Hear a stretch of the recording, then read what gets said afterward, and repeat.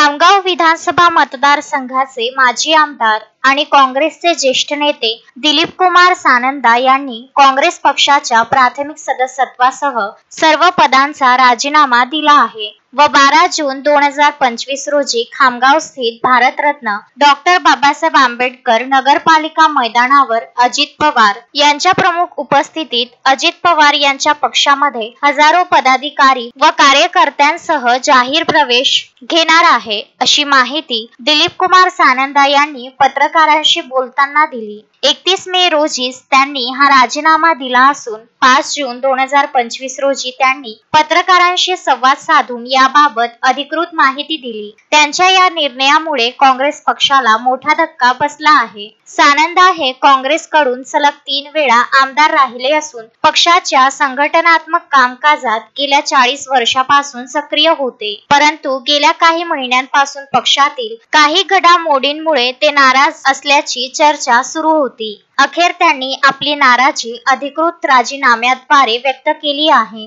आपल्या राजीनाम्यात सानंदा यांनी नमूद केले आहे की मी खामगाव विधानसभा मतदारसंघाचा काँग्रेस पक्षाचा स्थानिक नेता असतानाही 2024च्या विधानसभेच्या निवडणुकीत ज्या व्यक्तींनी पक्षाविरोधी कारवाया करून भाजपाच्या उमेदवाराला मदत केली त्याच लोकांना 26 एप्रिल 2025 रोजी आयोजित संकल्प सभेची जबाबदारी देण्यात आली। अशा प्रकारे त्यांनी आपली नाराजी व्यक्त केली। पत्रकारांच्या प्रश्नाला उत्तर देताना त्यांनी सांगितले की हेलिकॉप्टरने मी महापुरुषांच्या पुतळ्यावर पुष्पवृष्टी करणार आहे, तसेच भाऊसाहेब फुंडकर यांच्या समाधीवर सुद्धा पुष्पवृष्टी करणार आहे।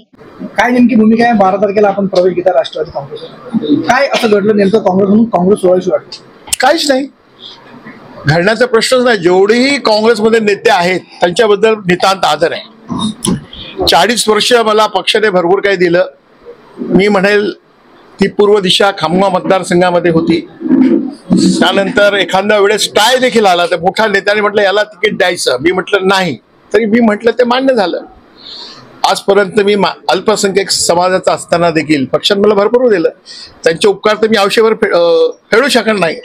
परंतु आज कार्यकर्त्याला मोठं करायचं आहे। दादांचा जो पक्ष आहे, शाहू फुले आंबेडकर, महात्मा गांधी, मौलाना अब्दुल कलाम आझाद, तोच विचारसरणीचा आहे। कार्यकर्त्यांना आता सत्तेमध्ये राहून लोकांची सेवा करण्यासाठी सत्तेचा मार्ग पाहिजे। त्या माध्यमातून ज्या कार्यकर्त्यांनी 40 वर्ष माझ्यासोबत मनापासून तन मन धनानं माझ्यासोबत राहिले त्यांचं आज मला बघायचंय। पण दादाला भविष्यामध्ये मुख्यमंत्री करायचंय, म्हणून विदर्भामध्ये जास्तीत जास्त आमदार कसे निवडून येतील त्या दृष्टिकोनातून प्रयत्न करायचे। मोहम्मद फारूक, विदर्भ न्यूज, खामगाव।